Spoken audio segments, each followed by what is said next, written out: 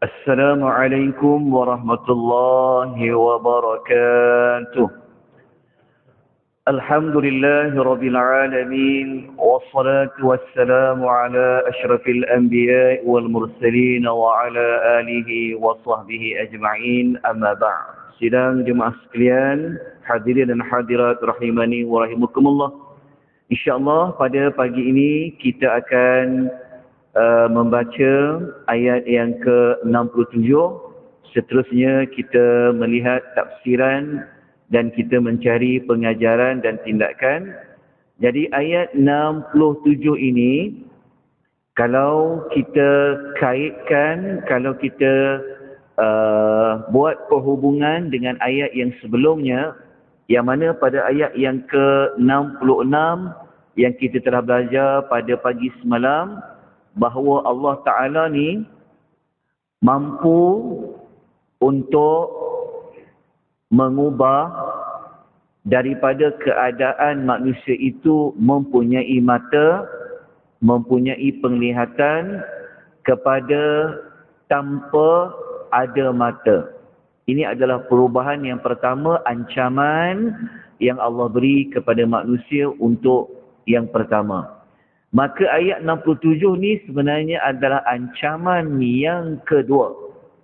Perubahan daripada satu keadaan kepada satu keadaan yang kedua yang Allah mampu untuk melakukannya.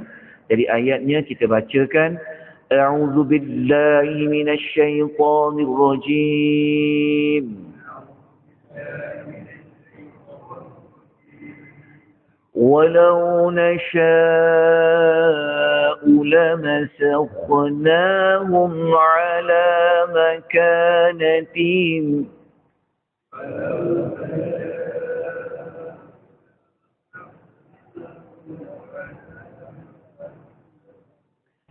فما استطاعوا مضيا ولا يرجعون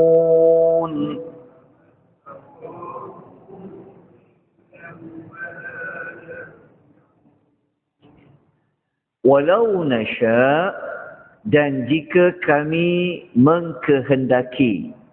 Sama ayat ini dengan ayat yang sebelumnya, Allah kata walau nasya. Jika kami mengkehendaki, la tu maksudnya adalah penegasan. Allah kata pasti ataupun benar-benar. Masakhunahum, kami mengubahkan keadaan jasmani mereka ala makanatihim, di tempat mereka berada. Maknanya Allah bagi tahu Allah ni mampu, Allah ni berkehendak kalau manusia berada pada satu keadaan, contohnya dia berada di depan, Allah Ta'ala boleh ubah dia dekat depan-depan tu juga. Allah boleh ubah menjadi keadaan yang lain. Maka kalau Allah boleh ubah manusia menjadi keadaan yang lain, maka mereka tidak akan dapat mara ke hadapan dan juga tidak dapat undur ke belakang. Okey, ayat ini kita lihat pentafsiran lanjut di kalangan para ulama. Kata Pak Quraish Shihab dalam tafsir Al-Misbah, beliau mengatakan kalimah masakhuna diambil daripada perkataan masakha yang bermaksud apa? Mengubah satu bentuk sesuatu kepada bentuk yang berbeza dengan bentuk yang asal. Okey, nak faham lagi? Mari kita lihat pentafsiran para ulama. Ada yang mengatakan la masakhnahum tu maknanya Allah ubah satu keadaan kepada satu keadaan itu. Makna yang pertama, manusia itu menjadi kaku dan tak bergerak.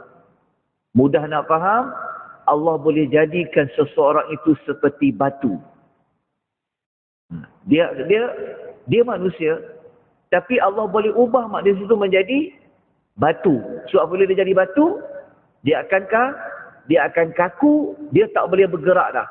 nak ke depan tak boleh, nak ke belakang pun tak boleh. Ada para ulama lain pula mengatakan lamasakhnahum tu maknanya Allah ubah secara hakiki rupa bentuk fizikal jasmani manusia menjadi makhluk yang lain. Contoh, Allah ubah manusia itu menjadi daripada manusia menjadi kera contohnya. Memang ada ayat sebut macam tu. Dan pernah berlaku kepada Bani Israel. Sekejap lagi kita akan tunjukkan ayat-ayatnya. So ini adalah ancaman yang kedua yang Allah memberitahu tentang kekuasaannya. Yang mana Allah boleh ubah kat mana saja kamu berada. Kalau kamu berada di hujung, dekat ujung tu juga Allah boleh ubah. Jadi ayat ni apa yang kita dapat belajar? Ada dua pengajaran di antaranya. Okay. Nombor satu, ayat ini kita sebut tadi, dia adalah berbentuk peringatan, amaran, bahawa kalau mengikut hukuman Allah, maksudnya kalau ikut apa yang Allah kehendaki tu, semasa di dunia lagi, Allah boleh mengubah mana-mana bentuk, dalam bentuk apa pun. So ayat ni, ayat yang Allah ayat berbentuk peringatan. Ada satu cerita yang tak, wallahu alam, cerita ni cerita je lah. Cerita si tanggang kan. Yang mak dia doa akhirnya dia jadi apa? Dia jadi batu. Contohlah, Allah boleh buat seperti itu. Peringatan yang kedua, ini selalu kita masukkan dalam pengajaran dia. Di sebalik ayat tu sebenarnya Allah, dia nak bagi tahu bahawa betapa hebatnya Allah ni. Kekuasaan dia mengubah daripada satu keadaan kepada satu keadaan yang lain. Okay. Kalau kita rujuk ayat lain, okay, saya ada bawa dua ayat lain contoh. Okay. Kalau kita tengok dalam suratul Baqarah, ayat nombor 65. Suratul Baqarah, cerita Bani Israel yang Allah Ta'ala tukar menjadi kera. Allah kata, وَلَقَدْ عَلِمْتُمُ الَّذِينَ اعْتَدَوْا مِنْكُمْ فِي السَّبْتِ.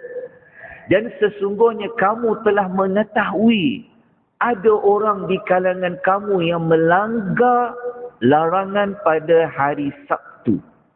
Okay, kalau tuan-tuan nak tahu, dan saya yakin tuan-tuan pernah dengar cerita, ada satu zaman, cuma tak tahu zaman Rasul mana, tapi Bani Israel, yang mereka ini Allah perintahkan pada hari Sabtu jangan tangkap ikan. Pernah dengar cerita tu? Kalau kita nak tahu cerita tu lebih lanjut, kita kena buka dalam suratul Al-A'raf. Tetapi mereka tangkap juga ikan hari Sabtu tu. Maka akhirnya Allah tukar mereka menjadi, Allah kata faqulna lahum kunu qiradatan khasiin. Lalu kami berfirman kepada mereka, jadilah kamu kera yang hina. Memang para ulama kata dia jadi kera betul. Bani Israel. Nak tahu cerita dia, tengok dalam suratul Al-A'raf. Tapi ini suratul Baqarah, sedikit ayat dia. Tapi nak tahu cerita lanjut, dalam surah Al-A'raf tu kita kena baca. Cari cerita, cari hari Sabtu. Dalam Quran inilah As-Sabt. As-Sabti tu, Sabtu lah tu. Hari Sabtu lah tu. Okey. Kemudian, dalam suratul Ma'idah, ayat nombor 50. Ayat nombor 50 ni, sekali lagi Allah sebut tentang kera, tapi ada satu haiwan kat situ Allah boleh buat. Allah kata apa? Qul hal unabbi'ukum bi syarrim min dzalika mathubatan 'inda Allah man la'anahu Allah wa ghadiba 'alayhi wa ja'ala minhumul qiradata wal khanazir wa 'abada. Okey, kita ambil yang hujung tu. Allah cerita tentang manusia yang mendapat laknat Allah, Allah murka dia, ada di kalangan mereka yang Allah jadikan sebagai apa? sebagai kiradata, sebagai kera, dan juga Allah jadikan dia sebagai wal khanazir. Wal khanazir itu apa? Menjadi khinzir. Khinzir itu bahasa Arab lah. Bahasa Quran. Orang Melayu ni lembut, dia terlepas hati nak sebut. Maknanya Allah jadikan dia sebagai khinzir. Okay, dah jumpa contoh Allah boleh mengubah manusia jadi pada apa menjadi apa. Ada hadis Nabi, riwayat Bukhari Muslim. Ini Nabi ingatkan tentang orang yang dia kalau dia solat, kepala dia tak duduk diam. Dia tengok kanan, tengok kiri, tengok atas ni. Dia sembahyang. Sepatutnya kalau solat, kepalanya melihat di tempat sujud. Nabi beri amaran. Nabi SAW bersabda, yang bermaksud, tidakkah seseorang itu takut apabila dia mengangkat kepalanya? Yang ini perbuatan lain lah. Maksud dia mengangkat kepalanya sebelum imam. Maafkan saya, yang ini konteks lain. Imam tak bangkit lagi daripada rukuk, dia dah bangkit lah. Maksudnya dia mendahului imam.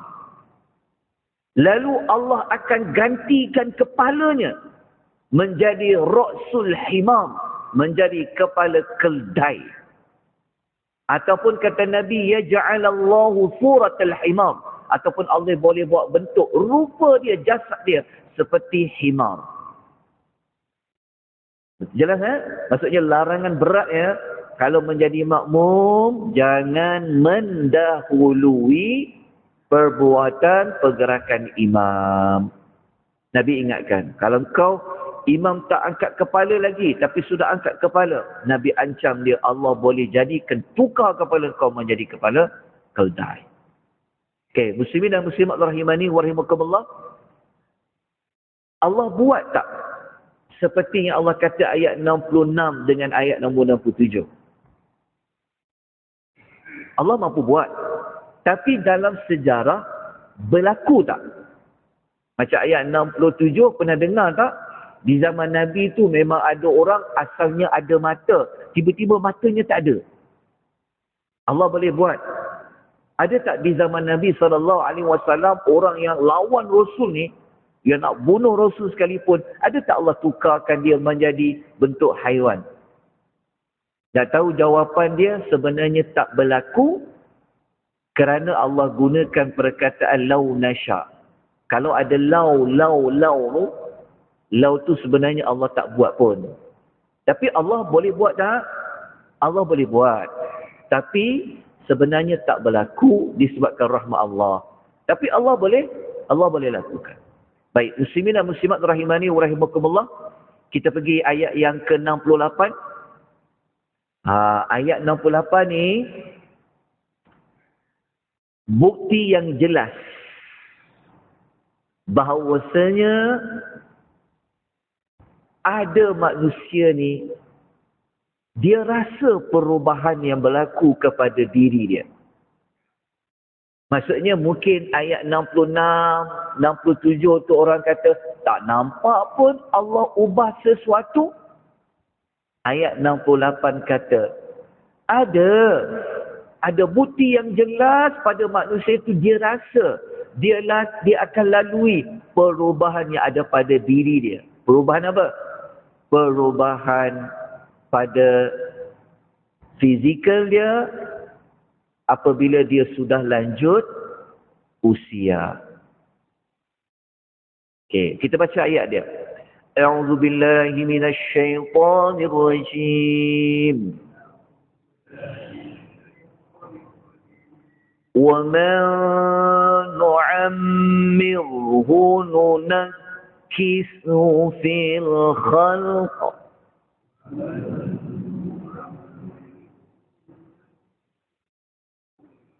أَفَلَا يَعْقِلُونَ.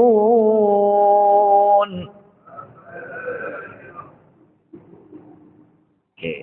Ayat ini Allah Subhanahu wa taala mengatakan, dan sesiapa nu'ammirhu tu, yang kami panjangkan umurnya, nescaya kami akan kembalikan kejadian dia seperti yang awal-awal.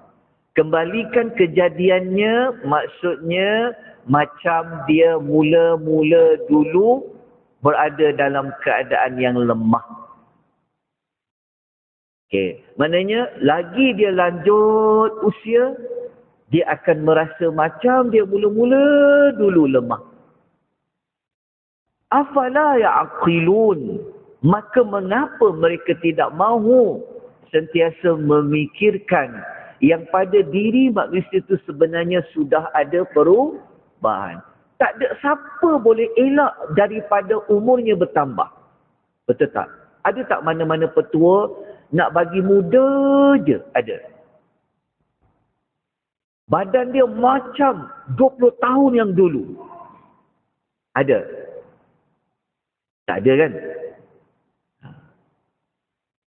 Ayat ini, para ulama tafsir ada yang membuat tafsiran secara tersurat, ada yang melihat secara tersirat. Kita tengok yang tersurat dulu. Okey. Ayat ini, kalau kita baca, kalau kita faham dekat sini, ayat ni merujuk kepada apa maksud kalau dia panjang umur, dia kembali kepada keadaan dia yang asal. Saya pernah sebut sebelum ini, ingat tak? Waktu kita sebut macam mana bulan ni dia bergerak daripada satu fasa kepada satu fasa. Ingat lagi. Wal qamara qaddarnahu manazila hatta. Kan bulan daripada bentuk bulan sabit tu berubah lebih jadi besar. Lepas tu dia patah balik menjadi seperti bulan sabit tu. Saya pernah sebut contoh maklumat seperti ayat 68. Nak ingat lagi begini. Okey, dalam nota tu kalau kita baca ada di bawah contoh dalam suratul Rum. Jumpa tak dekat bahagian pengajaran? Dekat bahagian pengajaran kita ambil pengajaran dululah. Lepas tu kita terus masuk ayat dia. Okey. Ayat tadi ni Allah bagi tahu kepada kita bahawasanya ini bukti jelas. Maknanya Allah bagi tahu bahawa Allah ini dia mempunyai kekuasaan yang sangat sempurna dalam mengembalikan keadaan manusia daripada satu fasa kepada satu fasa yang lain. Okey. Kita ni sebenarnya memang ada perubahan daripada satu fasa kepada satu fasa, daripada satu keadaan kepada satu keadaan. Contoh ayatnya begini. Cuba kita lihat suratul Rum. Rum ayat nombor 54. Dalam suratul Rum tu ada ayat nombor 54, Allah mengingatkan macam mana manusia ni daripada satu keadaan kepada satu keadaan. Okay, kita terus pergi pada terjemahan ayat tu. Allah Ta'ala berfirman yang bermaksud, Allah yang menciptakan kamu bermula dalam keadaan min dha'fin, dalam keadaan lemah. Okey, jelas. Ini keadaan yang pertama ya. Okey. Selepas kamu berkeadaan lemah itu, Allah jadikan kamu itu apa? Quwwatan. Kuat. Rupanya kita ambil bahasa ayat Quran lah. Dhaif, orang kata, hang ni dhaif lah, lemah. Lepas kita lemah, zaman kanak-kanak, kecil, bayi, kemudian Allah tukar kita menjadi kuat. Menjadi apa? Menjadi muda. Lepas tu Allah kata apa? Selepas berlalunya zaman, Allah akan jadikan kamu dha'fan wa syaibah. Kamu menjadi tua dan beruban. Ada orang dia tua, mungkin dia tak beruban. Tapi menjadi tua. So tuan-tuan duduk yang kumpulan yang mana ni? Mula-mula lemah, kuat, lepas tu tua, beruban. Duduk yang mana? Yang muda. Kuat ke apa? Tu beruban. Saya pun dah beruban juga. Memikir masalah umat kan. Beruban. Tua. Jadi, bukti tuanya kita tu, sebenarnya siapa yang jalankan? Siapa yang ubah? Tak ada siapa boleh elak. Jadi Allah nak bagi tahu, dekat diri kamu tu pun dah ada bukti dah bahawasanya Allah ni berkuasa mengubah satu keadaan kepada satu keadaan. Okey. Setakat ni tak jumpa lagi lah ubat ke pakar ke, boleh jadi tenaga kita macam 30 tahun dulu. Telinga kita boleh mendengar seperti dulu. Mata kita boleh melihat seperti yang dulu-dulu. Berjalan tu kalau boleh, contoh kan. Dah tak ada dah. Okey. Jadi, pelajaran yang kedua kita dapat belajar, ayat ini menjelaskan tentang keadaan manusia pada umur yang lanjut. Okey. Kembali kepada asal tu maksud dia apa? Kembali kepada asal. Maksudnya kembali macam kita kecil-kecil dulu. Orang yang makin tua ni, dia makin sensitif lah. Anak-anak kena ingat ni. Orang yang makin tua ni, banyak benda yang dia tak mampu nak buat. Sebab kekurangan tenaga, perlu bantuan orang. Nak buat kereta pun dah tak boleh kadang-kadang. Tapi tuan-tuan ni saya tengok macam ramai yang macam muda lagi. Kan? Ubat apa dia makan pun tak tahu. Kan? Kuat amal kan? Ada orang tua ni, sampai dia tak ingat dah. Orang tanya minggu lepas belajar apa? Dia tak ingat dah. Betul ke? Bukan tempat tuan-tuan lah, tempat lain lah. Kan? Kita dah tak ingat dah. Boleh faham kan? Macam kita mula-mula kecil dulu, cakap pun macam tak faham. Allah boleh buat macam tu kembali. Kan? Ini dipanggil macam umur-umur dah terlalu lanjut dah. Macam kita kata boleh jadi nyanyuk dan sebagainya. Ada satu ayat lain dalam dalam suratul Nahl ayat nombor 70.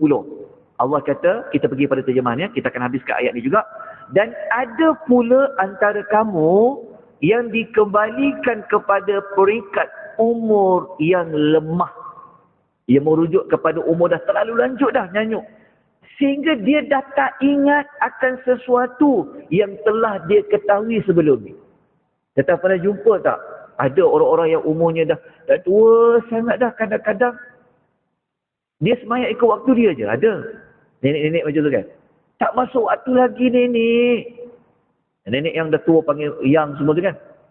Kenapa? Dia dah tak ingat dah. Itu bukan bukti yang Allah itu yang mengawal manusia. Baik, pengajaran yang ketiga dekat sini, celaan terhadap orang-orang yang dia tak percaya hari kiamat dengan dia tak berfikir kewujudannya. Apa kaitan dengan kiamat tu? Kaitan dengan hari kiamat tu maksud dia apa? Allah boleh ubah dunia ni daripada ada kepada tiada. Tu maksudnya.